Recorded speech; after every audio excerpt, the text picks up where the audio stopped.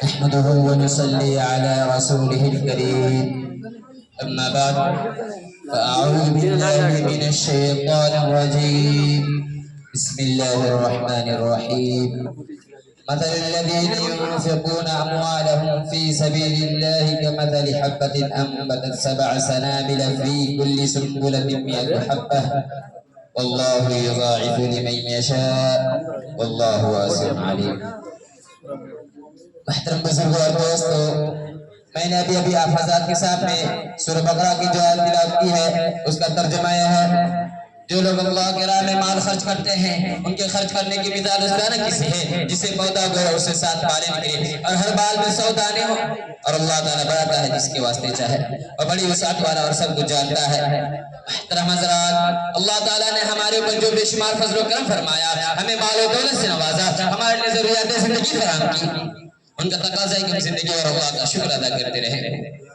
اور اللہ تعالیٰ ہمیں جس چیز کا حکم دے اس کا کرنے کے لیے فوراً تیار ہو جائے۔ اگر وہ اپنی راہ میں جان کا مطالبہ کرے تو جان دینے پر آمادہ ہو جائے، اور مال میں مانگے تو مال دینے سے دیرک نہ کرے، کیونکہ حقیقت ہے کہ اللہ کا جو ہمارے اوپر حق ہے ہم اس کے راہ میں جان و مال خرچ کے لیے حق ادا نہیں کر سکتے، اور سب خدا کے راہ میں اٹھانے کے باوجود یہی کہنا پڑے گا کہ جان دی ہوئی اسی کی تھی، کہ جان دی ہوئی اسی کی تھی، حق ہے یہ کہ حق ادا نہ ہوا۔ محترم حضرات، ایسا ہے کہ اللہ تعالیٰ نے ہمیں اپنے راہ میں مال و دولت خرچ کرنے کا حکم دیا ہو اور اس میں کوئی انعام کا مقرر نہ کیا ہو، بلکہ جو صاحب کا بھی وعدہ کیا ہے، جیسا کہ ابھی آج کے ترجمے سے معلوم ہوا۔ حالانکہ اگر اللہ تعالیٰ نے کسی اجر و ثواب کا وعدہ نہ کیا ہوتا تو بھی ہمارے لیے ضروری تھا کہ ہم اللہ کے حق کو ادا کریں اور اس کے حق کے مطابق اس کے راہ میں مال و دولت خرچ کریں، لیکن اللہ تعالیٰ کتنا بڑا احسان ہے کہ اس کی راہ میں جو بندہ خرچ کرتا ہے اللہ تعالیٰ اسے قرض حسنہ قرار دیتا ہے اور ایسے بندے کو اپنے خاص انعامات سے نوازتا ہے۔ ارشاد باری ہے: من ذا الذي يقرض الله قرضا حسنا فيضاعفه له اضعافا كثيرا، جو شخص اللہ کو قرض حسن دے اللہ تعالیٰ اس کے لیے اس اجر کو دوگنا کر دیتا ہے۔ اللہ کے راہ میں مال خرچ کرنے کے کئی طریقے ہیں، ایک طریقہ وہ ہے جو ہر صاحب نصاب مسلمان یعنی جس کے پاس 52.5 تولہ چاندی یا 7.5 تولہ سونا ہو یا اس کی قیمت کی روپیہ ہو، اس پر فرض ہے۔ اس فرض کا نام زکوٰۃ ہے۔ زکوٰۃ کے دینی اور دنیاوی دونوں طرح کے فائدے ہیں۔ ہمارا روزانہ کا مشاہدہ ہے کہ دنیا میں ایک طرح کے لوگ نہیں رہتے، اس میں ہر طرح کے ہیں، امیر بھی، غریب بھی، صاحب حیثیت بھی اور فقر و فاقہ میں زندگی پسند کرنے والے بھی، فلک بوس عمارتوں اور عالیشان بلڈنگوں والے بھی اور ٹوٹی پھوٹی جھوپڑیوں والے بھی، غنی بھی اور محتاج بھی، دولت مند بھی، غریب بھی، سرمایہ دار بھی اور مخلوق الحال بھی، ہر زمانہ اور ہر دور میں دونوں طرح کے لوگ موجود رہے، کبھی ان طبقوں سے دنیا خالی نہیں ہوئی اور نہ آج خالی ہے۔ زندگی کے ان دونوں پہلوں کو نظر میں رکھتے ہوئے اب زکوٰۃ کے فلسفہ کو سمجھیے اور غور کیجئے کہ زکوٰۃ کا نظام قائم کر کے اسلام نے انسانی دنیا پر کتنا زبردست احسان کیا ہے۔ یہ انسانیت نہیں تو زندگی ہے کہ ایک شخص آرام و راحت کی زندگی بسر کرے، اسی کے پڑوس میں دوسرا شخص فقر و فاقہ اور بدحالی میں مبتلا ہو اور غربی شہر زمانہ پر آنسو بہا رہا ہو۔ یہ انتہا درجے کی حیوانیت ہے کہ اگر کسی کو دنیاوی ساز و سامان میسر ہو تو وہ اپنے مست و مگن ہو کر دوسروں کو بھول جائے، ان لوگوں کو فراموش کرتے جو اسی کے بستی، اسی کے شہر، اسی کے آس پاس پریشانی حالی میں زندگی گزار رہے ہیں۔ اسلام نے زکوٰۃ کا طریقہ اس لیے اختیار کیا تاکہ امیر و دولت مند طبقہ کمزور اور غریبوں کی اعانت کرے، ان کے پریشانی اور تکلیفوں کو دور کرنے کی کوشش کرے، ان کی خبر گیری اور دیکھ بھال کرے۔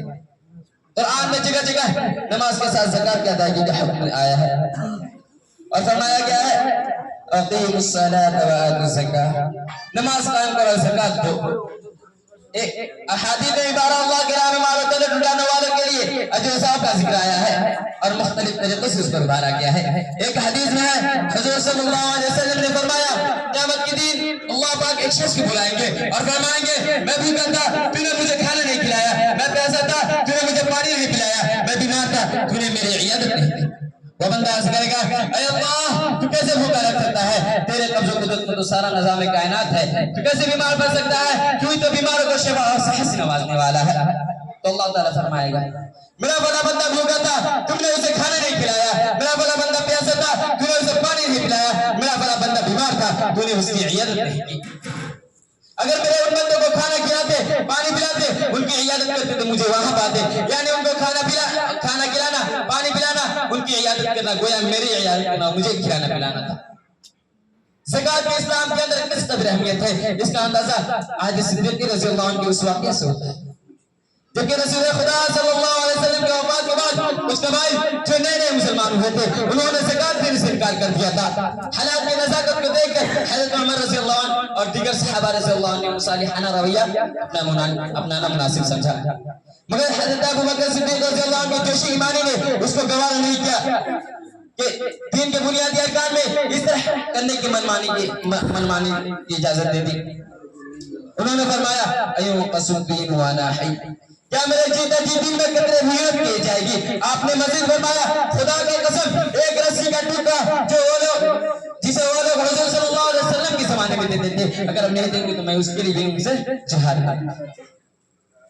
جو لوگ زکات فرض ہونے کے باوجود ادا نہیں کرتے اور مال چور کرتے ہیں ان کے بارے میں بڑی سخت وعید قرآن میں آئی ہے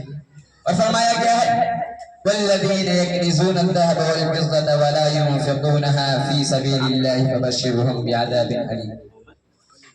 جو لوگ سونا چاندی اور مال و دولت جمع کر رکھتے ہیں اور اس خدا کے راہ میں خرچ نہیں کرتے اے رسول اللہ صلی اللہ علیہ وسلم تم ان کو سخت اور دردناک عذاب کی خبر سنا دو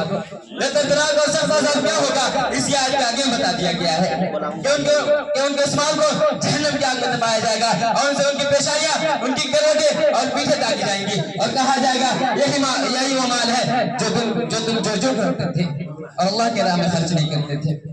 اللہ ہم پر اپنا رحم فرمائے اور ہمیں اپنے انعام و اکرام سے نوازے آمین میں اس شعر کے ساتھ اپنے تقریر کو ختم کرنا چاہتا ہوں نہ غرض کسی سے ناواسطہ مجھے کام اپنے ہی کام سے تیرے ذکر سے تیرے فکر سے تیرے عشق سے اور تیرے نام سے وما علینا الا البلاغ